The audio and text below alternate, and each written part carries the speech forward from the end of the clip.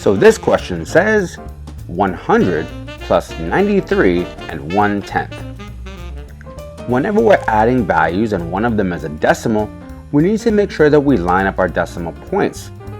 But the question is, even though we can see the decimal point here in 93 and 1/10, where is it here in the number 100?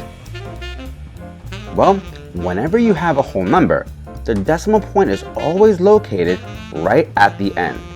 So let's write it in here.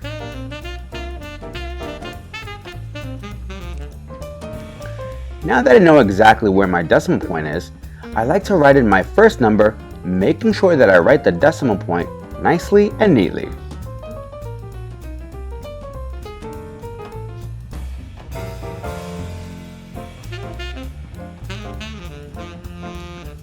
The second thing I'll do is write in my next number, but I'm going to use the decimal point in my first number as a guide for the decimal point in my second number.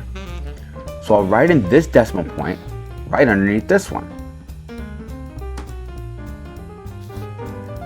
Next, I'll write in the values to the left of the decimal point, making sure that I write in one number in each column. So I'll write the 3 directly under this 0, and then I'll write this 9 directly under this 0.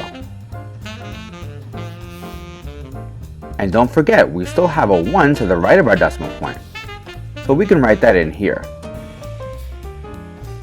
And finally, the last thing I like to do before I start adding everything is I like to make sure that wherever I see a blank spot, I write in a 0 as a placeholder. So I'll put a 0 here and here. So now I can write my addition sign, underline everything, and get to work, starting from the right column. And just a brief reminder, the reason why we're lining up our decimal points is because when we do that, we're actually going to end up lining up our place values. 0 plus 1 is 1. I'll bring down my decimal point. 0 plus 3 is 3. 0 plus 9 is 9. And 1 plus 0 is 1. Making the final answer 193 and 1/10, more commonly read as 193.1.